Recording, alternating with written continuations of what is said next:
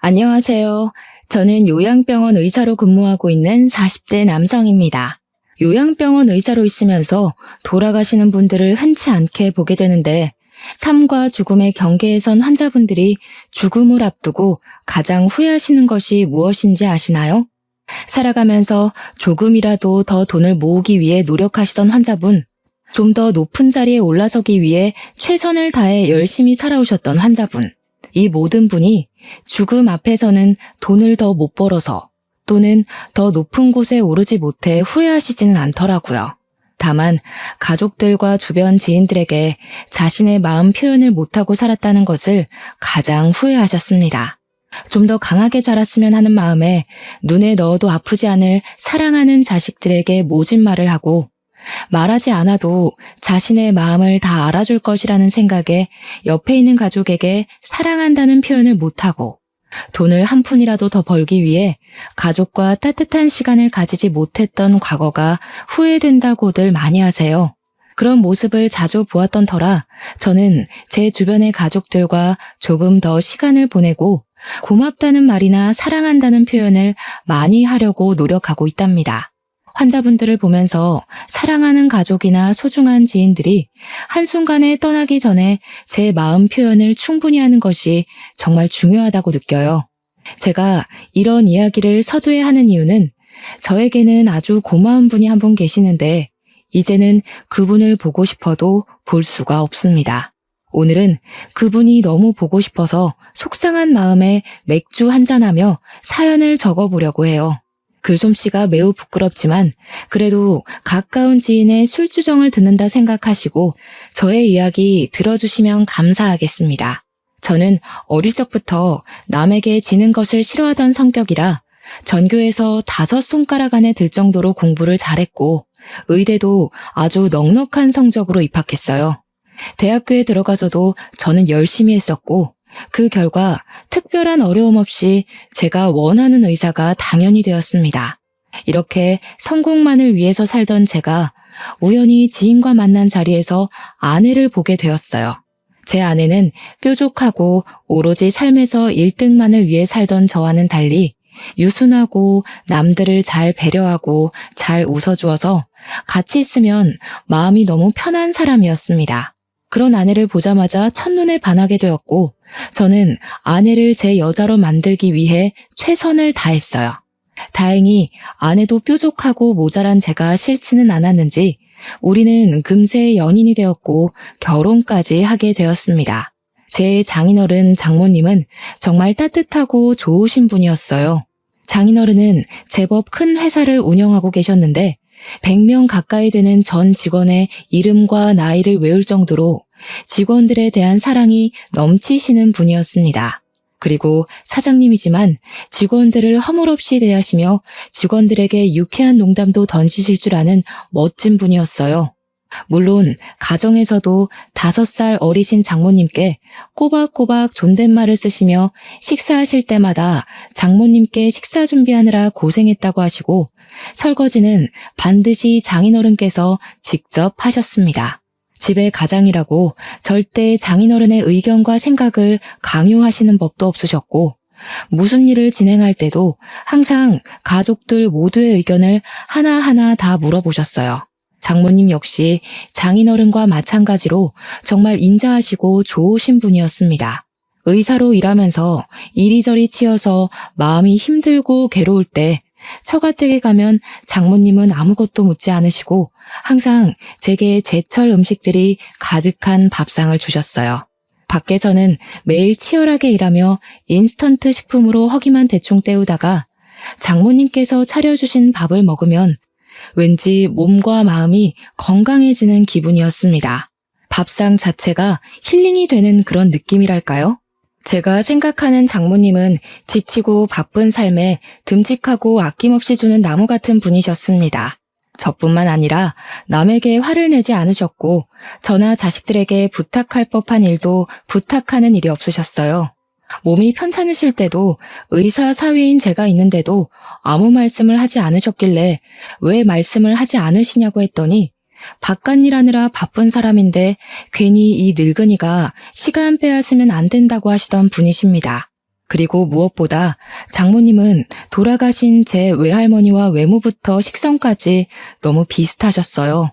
옥수수와 찹쌀떡을 좋아하시던 외할머니처럼 장모님도 옥수수와 찹쌀떡을 가장 좋아하셨고, 어린 시절 제가 외할머니 집에 놀러 갔을 때마다 주시던 고봉밥에 제철 나물 반찬들을 그대로 차려주셨습니다.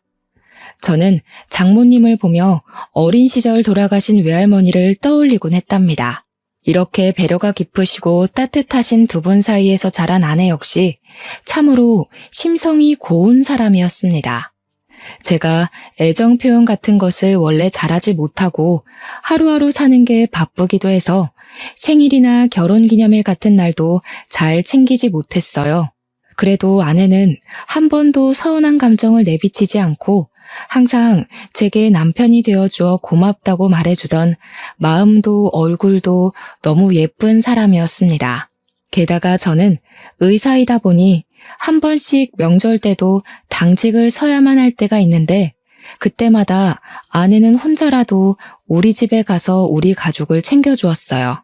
여자 혼자 시댁에 가는 것이 절대로 쉽지만은 않을 텐데 우리 부모님께도 너무 잘해주고 제가 병원 일에만 집중할 수 있도록 내조도 잘해주는 아내에게 항상 고마웠답니다. 이런 아내에게는 2살 어린 처제, 4살 어린 처남이 있었어요. 처제는 화장품 사업을 아주 크게 했는데 항상 바쁘다고 집에 오지 않았습니다. 처남은 딱히 직업이 있는 것 같지는 않았고 일용직으로 여기저기 돌아다니며 돈을 벌긴 버는 것 같은데 돈을 버는 족족 술값과 카드값에 다 쓰는 것 같았어요. 이렇게 처제와 처남은 자신의 인생을 사는 것이 바빠 집에도 거의 오지도 않았고 연락도 거의 없었습니다. 명절 때조차 오지 않아서 명절이라고 처가댁에 가면 항상 우리 가족뿐이었고 그래서 처제와 처남은 결혼식 때 이후로는 한 번도 보지 못했어요. 같은 뱃속에서 태어났는데 아내는 정말 사근사근하고 어른 공경도 잘했지만 처제와 처남은 집안일에 정말 무관심했습니다. 이런 상황인지라 저는 처제와 처남과는 돈독한 정을 쌓지는 못했어요. 하지만 장인어른 장모님과는 돈독한 가족의 정을 쌓으며 저의 인생은 180도 바뀌게 되었습니다. 경주마처럼 앞만 보고 달리던 제가 주변 풍경도 보고 하늘도 보면서 여유를 가질 수 있게 되었고 나 혼자 하는 성공만이 행복이라고 생각했던 제가 주변 사람들과 함께하는 삶을 살 수 있게 되었어요. 그리고 결혼 후 아이도 생겼답니다. 저는 아내 뱃속에 있는 아기에게는 제가 살았던 성공만을 위해 사는 삶이 아닌 하루하루를 즐기며 행복하게 사는 삶을 알려주리라 다짐했어요. 이렇게 하루하루를 즐기며 행복하게 살아가던 어느 날 평소처럼 병원에 출근했는데 아내한테 전화가 왔습니다. 장인어른이 교통사고로 현장에서 바로 돌아가셨다고요. 그때가 아내 임신 8개월이었습니다. 아내의 전화를 받고 바로 장례식장으로 가보니 이미 장인어른의 영정사진이 걸리고 아내는 불뚝 나온 배를 붙잡고 장모님과 오열을 하고 있었어요. 저 역시 항상 저의 본보기가 되어주시고 참된 어른이셨던 장인어른이 하루아침에 어이없는 사고로 돌아가셨다는 것이 너무 황망했습니다. 우리 부모님 역시 장인어른의 사고 소식에 바로 장례식장으로 달려오셔서 마지막 인사를 나누셨어요. 부모님은 너무 좋으신 분이었는데 이렇게 갑자기 돌아가신 게 너무 안타까우시다며 눈물을 보이셨습니다. 그렇게 장인어른은 다시는 오시지 못할 먼 길을 떠나셨어요. 장인어른의 장례식이 끝날 때까지 처제와 처남은 오지 않았습니다. 처제는 화장품 사업차 중요한 해외 출장을 가야 한다며 오지 않았고 처남은 연락 자체가 되지 않았어요. 아내는 끝내 오지 않는 처제와 처남에게 원망의 말을 할 법도 하지만 이 와중에도 그 둘의 건강을 걱정했습니다. 아내는 자신보다 남들을 더 챙기는 아주 바보같이 착한 사람이었어요. 그리고 2개월 정도 후 무사히 첫째 딸을 출산했고 아내는 육아에 정신 없었습니다. 주변 이야기를 들어보면 첫째 아기를 낳고 나면 다들 많이 예민해져서 부부싸움을 많이 한다던데 제 아내는 한 번도 저에게 짜증을 부리거나 화를 낸 적이 없었어요. 오히려 환자들 상대하느라 힘들겠다며 여전히 저를 위로하고 걱정해 주었고 제가 설거지라도 대신해 주려고 하면 온종일 환자들 보느라 힘들었을 텐데 얼른 쉬라고 하며 저를 거실로 등 떠밀었습니다. 저는 저같이 무뚝뚝하고 세심하지 못한 사람에게 이렇게 좋은 아내가 있음에 감사하며 죽을 때까지 아내의 든든한 울타리가 되어줘야겠다고 생각했어요. 그리고 좋은 아내를 낳아주신 장모님께도 너무 감사했습니다. 장모님은 장인어른이 돌아가신 후 많이 힘들어하셔서 저는 장모님의 진짜 아들이 되고자 노력했어요. 처가댁이 집에서 3시간 정도 걸리는 거리라 아직 어린 딸을 데리고 가지는 못해도 한 달에 2번 정도는 저 혼자라도 처가댁에 가서 집안일도 도와드리고 외식도 하고 장도 함께 봐드렸습니다. 장모님은 일주일 동안 일해서 주말이면 피곤할 텐데 쉬라고 하셨지만 그래도 내심 좋으신지 제가 가면 너무 반기셨고 보약과 같은 밥상을 차려주셨어요. 함께 밥을 먹으며 장모님과 저는 장인어른이 돌아가신 후로 더 많이 가까워졌답니다. 그리고 첫째 아이가 3살이 되었을 때 둘째가 생겼습니다. 아내가 첫째 아이 임신과 출산을 그렇게 힘들지 않게 했던 터라 둘째 역시 쉽게 임신과 출산을 할 수 있을 줄 알았어요. 그런데 둘째는 첫째와 다르게 입덧도 심하고 허리 통증도 심하게 오더니 출산할 때도 쉽지 않았습니다. 첫째는 진통 후 4시간 만에 아기가 나왔는데 둘째는 아기 낳으러 분만실에 들어갔지만 아기가 나오지 않았어요. 결국 수술까지 하게 되었으나 아내는 수술 후 과다출혈로 큰 병원에 갔고 눈을 영원히 감아버렸습니다. 그때가 첫째 아이는 고작 4살이었어요. 아직 엄마의 손길이 많이 필요한 어린아기가 둘이나 있는 상황에 저 혼자 육아하고 일을 할 생각하니 정말 막막했습니다. 제가 이 2딸을 잘 키울 수 있을까 걱정이 되었어요. 걱정과 눈물 속에 있는데 저에게 위로의 손길을 건네주신 분은 장모님이셨습니다. 평생을 함께 살자 다짐했을 장인어른과 헤어진 지 얼마나 됐다고 3자식 중 유일하게 항상 옆에 있어준 자식을 저 세상에 보내버린 장모님의 심정이 어떻겠습니까? 식사도 잘하지 못하시고 건강도 많이 안 좋아지셨지만 그래도 장모님은 끝까지 저를 걱정하셨고 위로해 주셨어요.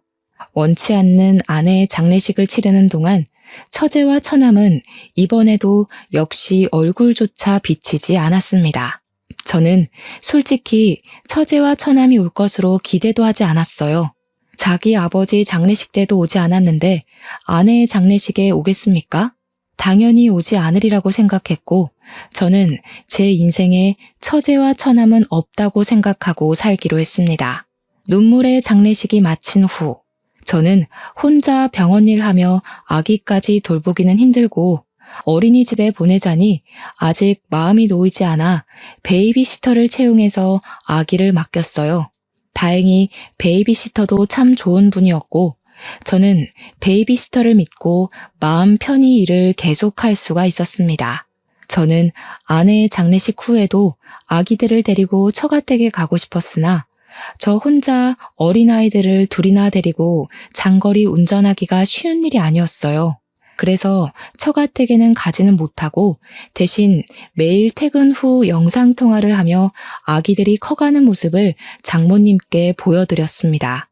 이렇게 아내가 하늘나라에 가고 나서도 저는 장모님과 계속 연락을 주고받으며 장모님의 아들처럼 살아가고 있었어요. 시간이 흘러 어느덧 둘째 딸이 둘이 되었습니다. 장모님과 우리 가족, 그리고 지인들을 초대해서 돌잔치를 하는데 아내가 더 미치도록 보고 싶었어요. 그래도 커갈수록 아내를 똑 닮아가는 2딸을 아내에게 선물이라 생각하고 최선을 다해 정성껏 키워야겠다고 사람들 앞에서 다짐했습니다. 그렇게 아이를 키우고 병원 일 하며 바쁘게 살아가던 어느 날이었어요. 부모님은 두 딸을 어떻게 혼자 키우려고 하냐며 아이들이 더 크기 전에 얼른 재혼하라고 했습니다. 저는 제 아내의 장례식을 하며 아내가 제 인생의 마지막 여자라고 생각했고 절대 재혼하지 않으리라 다짐했었기에 부모님의 제안이 내키지 않았어요. 게다가 저는 혼자도 아니고 아이가 둘이나 있는데 나이 많고 아이까지 있는 저와 어느 누가 결혼을 하려 하겠습니까? 만약에 제 딸들이 저와 같은 상황인 남자를 만난다고 하면 저는 결사 반대할 것 같았습니다. 저는 이런 제 상황을 말씀드리며 싫다고 했지만 부모님은 혼자가 된 제 걱정에 선을 보러 가라고 하셨어요. 저는 끝까지 싫다고 버티다가 부모님이 선자리에 나가서 싫으면 앞으로는 절대 선보라고 말하지 않겠으니 제발 딱 한 번만 나가서 밥만 먹고 오라고 하셔서 어쩔 수 없이 선자리에 나갔습니다. 부모님께서 알려주신 레스토랑으로 갔는데 창가에 앉은 여성분을 보고 저는 정말 깜짝 놀랐어요. 웃는 모습이며 옷 입는 스타일까지 저의 전 아내와 너무 닮은 여성분이 앉아 계셨거든요. 심지어 이름도 전 아내의 이름인 이혜진과 비슷한 안혜정이었습니다. 저는 얼떨떨한 표정을 지으며 자리에 앉았어요. 앉아서 같이 식사를 하며 대화를 나누는데 말투며 식성까지 모두 아내와 판박이었습니다. 정말 전 아내가 다시 살아 돌아온 것 같았어요. 그 뒤로도 몇 번 만났는데 만나면 만날수록 성격이 참 좋아 보였고 제 딸들도 보여줬는데 너무 잘해주었습니다. 그리고 두 딸 역시 친엄마처럼 잘 따랐어요. 그 뒤로 몇 번 더 만나다가 우리는 결혼을 생각하고 서로의 집에 인사를 드리러 갔습니다. 혜정 씨의 아버지는 가정적이고 인자하시고 따뜻하신 분이었고 혜정 씨의 어머니는 어린 시절 병으로 돌아가셨다고 했어요. 다른 가족들 역시 참 성격이 밝고 따뜻했고 저는 혜정 씨의 가족들을 보며 더 큰 호감이 생겼습니다. 우리는 둘 다 나이도 있다 보니 빨리 살림을 합치자는 이야기가 나왔어요. 매일 하던 영상통화도 왠지 모르는 죄책감에 전화하지 못했고 그래서 장모님께 전화를 드리는 횟수가 일주일에 한 번, 한 달에 한 번까지 줄어들게 되었습니다. 그러다가 연락이 자연스럽게 끊겼고 저는 혜정 씨와 재혼을 해서 우리 아이들과 새로운 가정을 꾸리게 되었어요. 그렇게 몇 년이 지났습니다. 아내는 마치 처음부터 두 딸의 엄마였던 것처럼 딸들을 잘 챙겨주었고 딸들 역시 아내를 친엄마처럼 잘 따랐어요. 아내는 저와 가족들에게도 정말 잘해주었고 우리는 겉으로 보기에는 정말 행복한 가정을 이루고 있었습니다. 하지만 여전히 제 마음속에는 하늘나라로 간 전 아내에게 미안한 마음과 전 장모님께 재혼했다는 사실을 말씀드리지 못해 죄송스러운 마음이 가득했어요. 이렇게 행복함과 죄책감 사이에서 살아가던 저는 오랫동안 일하던 병원을 떠나 새로운 곳으로 가게 되었습니다. 그 병원은 집과도 더 가까웠고 월급도 꽤 많았으며 복지도 좋은 곳이었어요. 새로운 병원에 처음으로 출근한 날 수간호사님께 입원한 환자들에 관한 이야기를 듣는데 전 장모님과 성함, 나이가 같으신 분이 계셨습니다. 그분의 진료 차트를 보는데 뭔가 가슴이 쿵 내려앉는 기분이었어요. 저는 수간호사님께 이분은 어쩌다가 요양병원에 오셨는지 어디가 편찮으신지 물었습니다. 수간호사님은 전 장모님이 타 병원에서 치매 전 단계라고도 볼 수 있는 경도인지장애 진단을 받으셨다고 해요. 그런데 우리 병원 직원들이 확인한 결과 대화도 잘 되시고 일상생활도 충분히 가능하셨습니다. 물론 치매로 발전하지 않으려면 치료가 필요하기는 했지만 그렇다고 요양병원에 입원해야 할 만큼 심각한 단계는 아니라고 해요. 그런데도 딸이 1년 정도 전에 병원에 거의 버리다시피 맡기고 한 번도 오지 않고 병원비만 내고 있다고 합니다. 직원들이 연락해도 그냥 알아서 해달라고 하고 전화를 끊어버린다고 해요. 아들도 있다고는 들었는데 그 아들은 지금까지 단 한 번도 병원에 온 적이 없었습니다. 그러면서 수간호사님은 자식들에게 버림받으신 것 같다고 하며 현대판 고려정이 따로 없다고 했어요. 수간호사님의 말씀을 들은 옆에 다른 간호사들은 하나같이 입을 모아 병실에서 간병인들까지 다 챙겨주시고, 간병인들 바쁘시면 옆자리에 계신 환자분들과 말동무도 해주셔서 병원에서는 천사 할머니라고 불린다고 했습니다. 여전히 전 장모님은 참 좋으신 분이었어요. 저는 이렇게 된 이상 이제는 전 장모님께 재혼 사실을 말씀드리는 것을 더는 미루면 안 되겠다는 생각이 들었습니다. 회의를 마치고 떨리는 마음으로 장모님이 계시는 병실로 갔어요. 그때 병실로 걸어가는데 정말 오만 가지 생각이 다 들었던 것 같습니다. 병실로 가는 길은 짧았지만 그 한 걸음 한 걸음이 참 무거웠고 심장이 쿵쾅거리다 못해 어지러워 쓰러질 지경이었답니다. 떨리는 마음을 부여잡고 겨우 장모님이 계시는 병실 문을 열었어요. 전 장모님은 제 얼굴을 보자마자 바로 제 이름을 부르시며 어떻게 여기에 있냐고 하셨습니다. 장모님, 이제야 나타나서 죄송해요. 저 이제 이 병원에서 근무하게 되었어요. 그동안 연락도 드리지 못하고 찾아뵙지 못해서 죄송합니다. 아유, 무슨 그런 소리를 해. 죄송하긴 뭐가 죄송해. 젊은 사람이 어린아이 둘이나 데리고 살려면 당연히 바쁘게 살아야지. 나는 그냥 야무진 우리 김서방이 잘 살고 있겠거니 했어. 그런데 요새 무슨 힘든 일 있어? 왜 이렇게 얼굴이 상했어? 내가 우리 김서방 밥 한번 해줘야 하는데 이 꼴이 되어버려서 못 해주겠네. 죄송해요, 장모님. 사실 저 재혼했어요. 혜진이랑 똑같이 너무 비슷한 여자 만나서 재혼했어요. 정말 죄송해요. 재혼했구나. 사실 연락이 없길래 재혼했겠거니 했어. 그래도 잘했네. 아이도 있는 젊은 남자가 당연히 재혼해야지. 왜 안 해? 그리고 이게 뭐가 죄송할 일이야? 그런 소리 하지 말게나. 아이들에게 엄마도 생기고 정말 잘 됐어. 내 딸 혜진이가 먼저 간 것은 안타깝지만 그래도 이 땅에서 산 사람은 삶을 이어나가야지. 안 그래? 그러니 나에게 죄송해하지도 말고 그저 아이들과 잘 살기만 하면 돼. 알았지? 저는 재혼한 사실을 정말 어렵게 털어놨지만 전 장모님은 제 손을 잡으며 너무 잘했다고 하시며 저를 탓하지 않으셨습니다.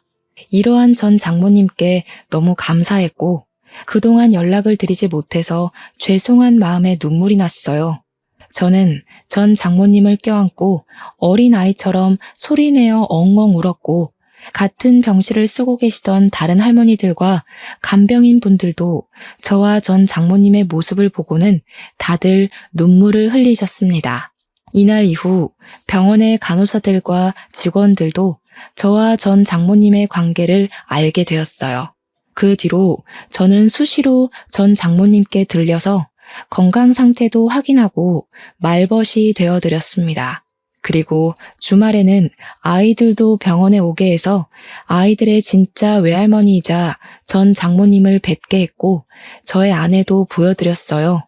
제 아내는 본인의 어린 시절 엄마가 병으로 돌아가셔서 엄마의 정을 느끼지 못하며 살았는데 포근하고 따뜻한 전 장모님을 보니 너무 좋다고 했습니다. 전 장모님 역시 어머니의 딸 혜진이와 쏙 빼닮은 제 아내를 보며 딸이 생각나 눈물이 난다며 눈물을 글썽이셨어요.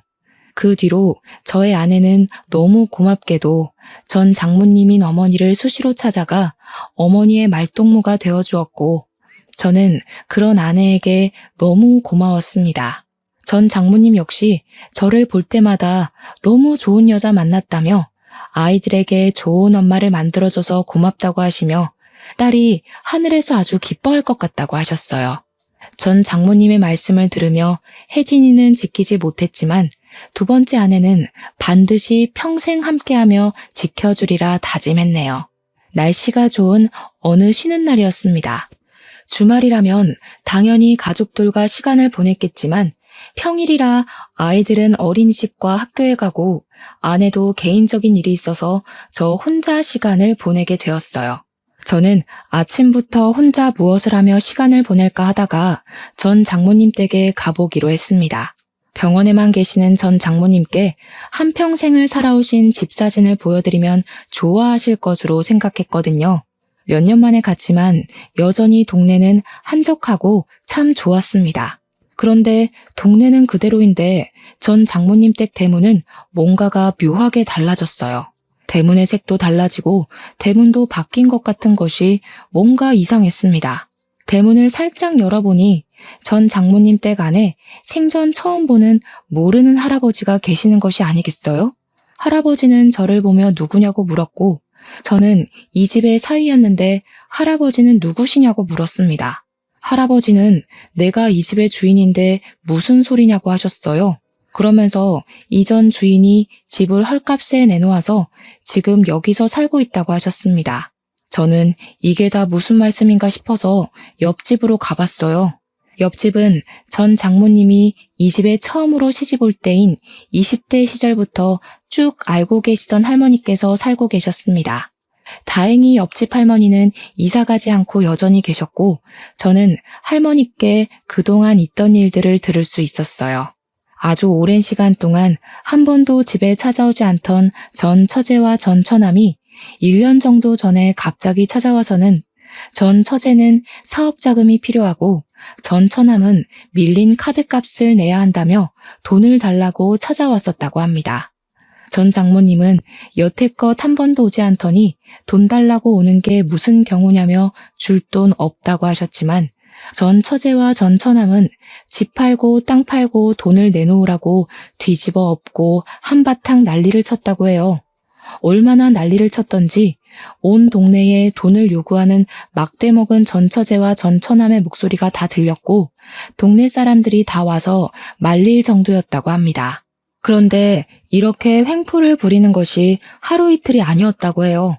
처음에는 한 달에 한 번꼴로 오던 전 처제와 전 처남은 점점 돈이 궁해지자 매주 왔고 나중에는 아예 집에 눌러 살며 전 장모님을 그렇게 못살게 굴었다고 합니다. 결국 전 장모님은 동네 사람들에게 민폐라며 집과 땅을 다 팔아 그들에게 돈을 주었다고 해요. 이때 전 장모님이 자식들의 행패에 충격을 받으셔서 그런지 자꾸 깜빡깜빡 하셨고 그 모습을 보았던 전 처제가 병원 진료를 받게 했다고 합니다. 병원에서는 치매 초기 단계라고 진단을 했지만 20대 때부터 계속 봐왔던 옆집 할머니는 잠시 충격이 있어서 그랬지 평소 생활은 아주 멀쩡했다고 해요.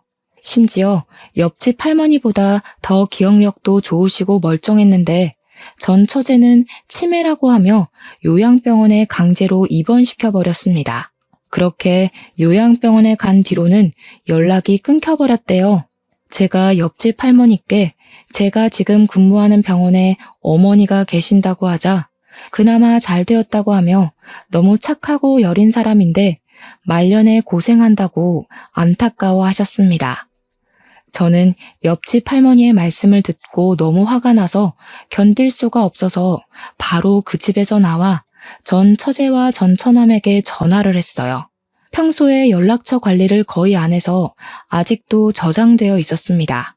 전 처남은 전화를 받지 않았고 전 처제는 제 전화를 받더니 누구냐고 했어요. 처음에는 제 이름을 말해도 누군지 모르다가 제가 전 아내의 이름을 말하자 겨우 기억해내며 무슨 일로 전화했냐고 했습니다. 처제가 장모님 입원시킨 병원이 내가 근무하는 병원이야. 지금 장모님 댁에 와서 이야기 다 들었는데 진짜 기가 막히네. 어떻게 장모님의 땅과 집 다 팔아먹게 하고 그것도 모자라서 요양병원에 강제로 입원까지 시켜? 우리가 이러든 말든 형부가 무슨 상관인데요? 아, 이제 우리 언니도 죽었으니 형부도 아니지 뭐. 괜히 우리 집 미래 신경 쓰지 마시고 아저씨가 알아서 잘 먹고 잘 사세요. 언니가 죽었으면 이제 남남이나 다른 것이 없는데 왜 남의 집 미래에 감나라 배나라예요? 그렇게 우리 엄마가 안쓰러웠으면 이런 일이 있기 전에 연락이라도 하든가. 솔직히 아저씨도 우리 언니 죽고 나서 연락 끊었잖아요. 그러면서 인제 와서 웬 착한 척? 우리 엄마 재산 좀 받을 게 없나 했는데 우리가 다 가져가서 실망했나 봐요. 뭐라고? 너희가 그러고도 사람이야? 장인어른, 내 아내 장례식도 오지 않았을 때도 사람이 아닌 것은 알았지만 세상에 이 정도인 줄은 몰랐다. 너네 그렇게 살다가 천벌 받아. 너희들이 과연 그 돈으로 잘 살 수 있을 것 같아? 저희가 어떻게 살든 말든 신경 쓰지 마시고요. 아저씨는 알아서 잘 사세요. 지금 재산 못 받아서 억울해서 화풀이 하시는 모양인데 정 그리 억울하시면 제가 제 몫에 약간은 떼어드릴게요. 생각해보시고 연락 주세요. 저는 사업차 바빠서 이만 끊습니다. 전 처제는 자신의 잘못이 뭔지 하나도 모른 채 아주 뻔뻔했습니다. 저는 전화를 끊은 후 바로 병원으로 달려갔어요. 늦은 밤이 돼서야 병원에 도착했는데 전 장모님은 창밖을 바라보시며 눈물을 훔치고 계셨습니다. 눈물을 흘리시는 모습을 보며 저는 제가 전 장모님을 모셔야겠다고 다짐했어요. 다행히 제 아내도 제 생각에 동의해 주었고 저보다 더 전 처제와 전 처남의 행동에 분노하며 자신도 같이 어머니로 모시겠다고 했습니다. 그 뒤로 저와 제 아내는 최선을 다해 전 장모님을 모셨어요. 그러나 전 장모님은 믿었던 큰딸은 저 세상으로 이미 갔고 남은 두 자녀에게는 버려졌다는 생각에 우울해하시고 힘들어하셨습니다. 게다가 전 처제는 제가 전 장모님이 계시는 병원에서 의사로 근무하고 있다는 사실을 알고 난 후로 병원비도 내지 않았어요. 저는 전 장모님을 그냥 보고만 있을 수 없어서 병원비를 제가 다 지급했습니다. 저와 아내가 최선을 다해 전 장모님을 모셨지만 전 장모님은 점점 상태가 안 좋아지셨어요. 그렇게 몸이 힘드신 와중에도 꼭 저와 아내에게 잊지 않고 와줘서 고맙다고 하며 우리 앞에서는 애써 웃어 보이셨습니다. 하지만 그 웃음이 저와 아내의 마음을 더 아프게 했네요. 그렇게 한 달 정도 지났습니다. 전 장모님은 앞으로 자신이 어떻게 될지 모르겠다며 유언장을 작성하셨어요. 유언장에는 딸과 아들에게 재산을 한 푼도 물려주지 않을 것이고 전 장모님의 모든 재산을 저와 아내에게 주신다고 적혀 있었습니다. 사실 전 장모님은 예전에 전 장인어른의 사망보험금을 숨겨두셨어요. 게다가 전 장모님이 살고 계셨던 곳의 땅은 전 처제와 전 처남에게 빼앗겼지만 전 장모님의 친정 동네에는 전 장모님 명의의 땅과 아파트가 있었습니다. 이 사실은 아무에게도 말하지 않아서 돌아가신 전 장인어른만 알고 계셨어요. 전 장모님은 저에게 전 장인어른의 사망보험금을 포함해서 그동안 차곡차곡 모아뒀던 통장을 건네주셨습니다. 현재 가진 재산이니 다 가지던지 좋은 곳에 쓰라고 하시면서요. 그 통장에는 3억 정도 되는 거금이 들어있었고 너무 큰 돈이라 받지 못하겠다고 하며 거절했으나 전 장모님은 제 손에 통장을 꼭 쥐어주셨습니다. 손주들이 잘하는데 하나도 못 해줬는데 이거라도 해줘야 편히 눈을 감을 수 있을 것 같아. 그러니 제발 받아줘. 그동안 자식이라고는 둘 있는데 그 둘 다 나를 뜯어먹을 생각만 하는 거 자네도 잘 알지? 그놈들에게는 괘씸해서 내 재산 한 푼도 못 남겨주겠어. 그러니 자네가 이 재산들을 받아줘. 그래도 이렇게나 큰 돈을 제가 다 받을 수는 없어요. 제가 뭘 잘했다고 이렇게 큰 돈을 주세요. 전 이 돈 못 받아요. 그런 말 마라. 자네가 없었으면 이 말년에 두 자식놈들한테 버림받고 나는 정말 쓸쓸하게 죽었을 거야. 하지만 말년에 자네를 다시 만나서 손주 녀석들 커가는 모습도 보고 또 내 딸과 너무 닮은 자네 아내의 보살핌도 받으며 아주 호강했어. 그런 자네에게 난 내 재산 전부를 줘도 하나도 아깝지 않아. 그러니까 그냥 아무 말 말고 이 통장 받아줘. 이 통장에 있는 돈은 손녀 딸들 앞으로 대학 가고 시집 가는데 아주 뜻깊게 보태주길 바라네. 그리고 내가 부탁이 하나 있는데 사실 내가 유언장을 썼는데 공증을 받고 싶어. 조금 도와줄 수 있겠어? 전 장모님은 저에게 유언장을 보여주셨습니다. 유언장에는 딸과 아들에게 재산을 한 푼도 물려주지 않을 것이고 저와 제 아내에게 전 장모님의 친정 동네에 있는 전 장모님 명의의 땅과 아파트를 증여할 것이라고 적혀 있었어요. 저는 자식도 아닌 제가 전 장모님의 재산을 받은 것도 너무 과분하고 죄송스러운데 저와 제 아내에게 땅과 아파트까지 증여한다는 유언장을 보고 이건 아니라고 손사래를 쳤습니다. 내가 자식 농사를 잘못 지어서 혜진이는 잘못되고 두 놈은 아예 연을 끊고 살려고 하는데 내 재산을 어떻게 그들에게 넘겨. 내 자식은 오로지 혜진이 그리고 자네와 자네 가족뿐이네. 그러니 그냥 어머니 아니지 할머니가 주신 재산이라 생각하고 그냥 받아주게. 이 늙은이의 마지막 부탁이네. 전 장모님은 끝내 저와 아내에게 땅과 아파트까지 증여하시겠다는 유언장까지 넘겨주셨습니다. 저는 전 장모님의 끝없는 사랑에 몸둘 바를 몰랐고 전 장모님의 부탁으로 유언장 공증까지 받았어요. 그리고 며칠이 지났습니다. 저는 평소처럼 병원에서 근무하고 있는데 전 장모님이 화가 잔뜩 나서 어딘가로 전화하고 계셨어요. 무슨 일인가 하고 보니 요양병원에 버리다시피 하고 금전적인 상황이 되는데도 병원비조차 부담하려 하지 않던 전 처제가 뜬금없이 전화해서는 전 장인어른의 사망보험금을 달라고 했다는 것입니다. 뻔뻔스러운 전 처제의 요구에 전 장모님은 화가 엄청 나셔서 자신의 모든 재산은 다 저에게 줄 것이라고 유언장까지 작성했다고 하며 화를 내시고 계셨어요. 전 장모님의 담당 의사인 저는 너무 화를 내시는 건 전 장모님의 건강이 걱정되어서 일단 전화를 끊으시라고 한 후 안정을 취할 수 있도록 도와드렸습니다. 전 장모님은 제 앞에서 눈물을 흘리시며 도대체 어쩌다가 자식들이 이 모양이 됐는지 모르겠다며 너무 부끄럽다고 하셨어요. 저는 전 장모님께 뭐라 드릴 말씀이 없어서 그저 손만 잡아드리며 감정이 진정되기를 기다렸네요. 그리고 다음 날이 되었습니다.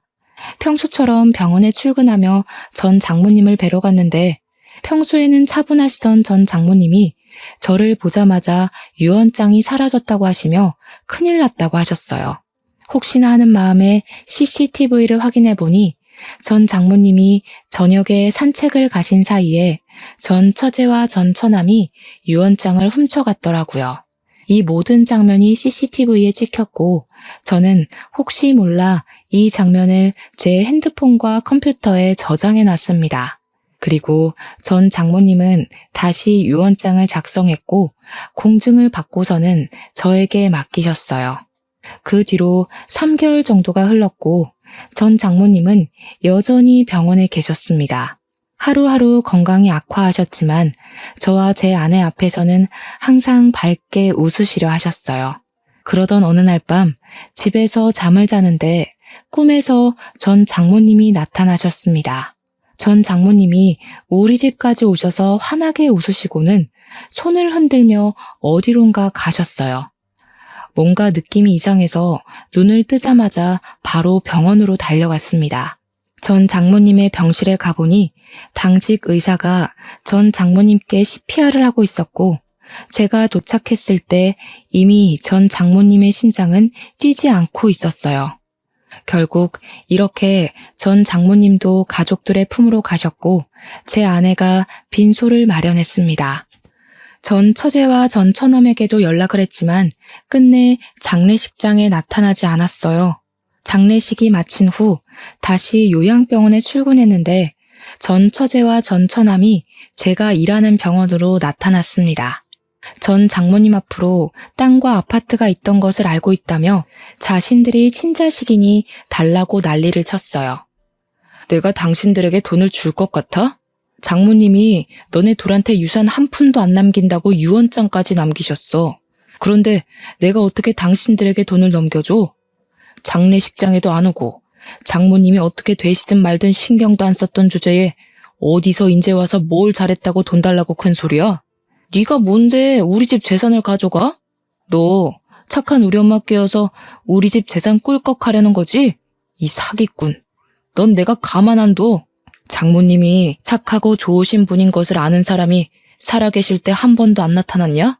자식이 자식다워야 재산도 물려주지. 장모님이 그러더라. 너네한테 절대 돈 한 푼도 빼앗기지 말라고.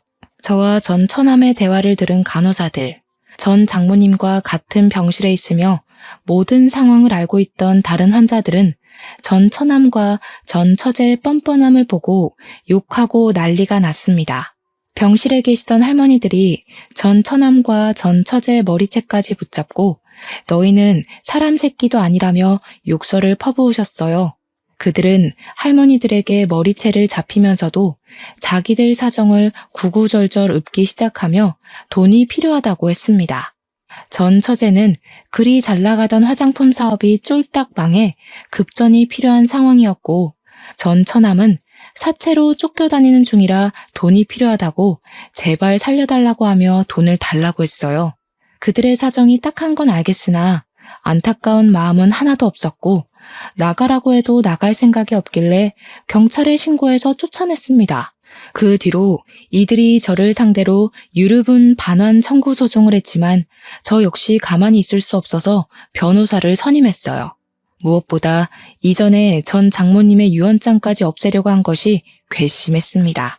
소송 결과 유언장을 가져갔던 것이 상속 결격 사유에 포함되어 그들의 소송은 기각되고 저는 전 장모님의 재산을 지킬 수 있었어요. 이렇게 지킨 전 장모님의 유산은 절반은 우리 아이들의 미래를 위해 쓰고 남은 절반은 전 장모님의 이름으로 독거 노인들을 위해 기부할 예정입니다. 이 모든 일이 있고 난 뒤에 전 처제의 이야기를 우연히 들을 수 있었어요.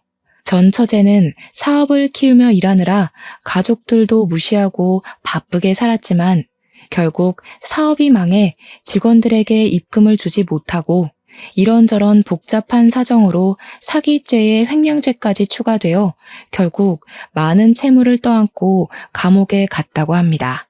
전 처남은 사채로 쫓겨다니며 산다고 들었는데 어디서 살았는지 죽었는지도 몰랐어요. 그러다가 2달 정도 전에 술 약속이 있어서 집 근처 번화가의 지하철역 근처에 갔는데 거기에 아주 낯익은 사람이 길바닥에 앉아 돈을 구걸하고 있었습니다. 자세히 보니 전 처남이더라고요. 제가 10,000원짜리를 주었더니 전 처남이 제 앞에 무릎을 꿇으며 감사하다고 하고 저를 올려다보았습니다. 전 처남은 저를 빤히 보더니 이내 눈빛이 변하고 고개를 획 숙였어요. 부모 형제 다 저버리고 돈 욕심만 내더니 결국 이렇게 노숙자가 됐네. 꼴이 이게 뭐야? 그러니까 평소에 잘 좀 살았어야지. 부모님이 살아계실 때 한 번이라도 더 찾아뵙지 그랬니? 지금부터라도 열심히 살아봐. 뭐 남들처럼은 못 살아도 이런 거짓꼴은 면할지도 모르잖아. 전 처남은 제 말에 고개를 푹 숙이더니 엉엉 울었습니다. 저는 눈물을 흘리며 우는 전 처남을 뒤로하고 제 갈 길을 갔고 그 뒤로는 번화가 그 어디에도 보이지 않더라고요. 어제는 가족들과 함께 전 장인어른, 전 장모님, 그리고 전 아내가 모두 다 함께 있는 납골 땅에 다녀왔습니다. 저의 전 아내가 드디어 한자리에 만났으니 하늘에서는 아무 고민 걱정 없이 편하게 살았으면 좋겠네요. 또한 이러한 저의 모든 상황을 이해해주고 저의 2딸을 자신의 친딸처럼 잘 키워주고 있는 저의 아내에게 너무 고맙다고 말하고 싶습니다. 저는 전 아내의 가족들을 만난 후로 매일매일 제 가족에게 고맙고 사랑하는 마음을 많이 표현하며 살려고 해요. 여러분도 나중에 후회하지 말고 마음 표현을 많이 하면서 살아가세요. 지금 옆에 있는 내 가족들, 소중한 사람들이 갑자기 한순간에 갑자기 떠날 수도 있음을 명심하면서요. 저의 사연은 여기까지입니다. 지금까지 들어주셔서 감사합니다.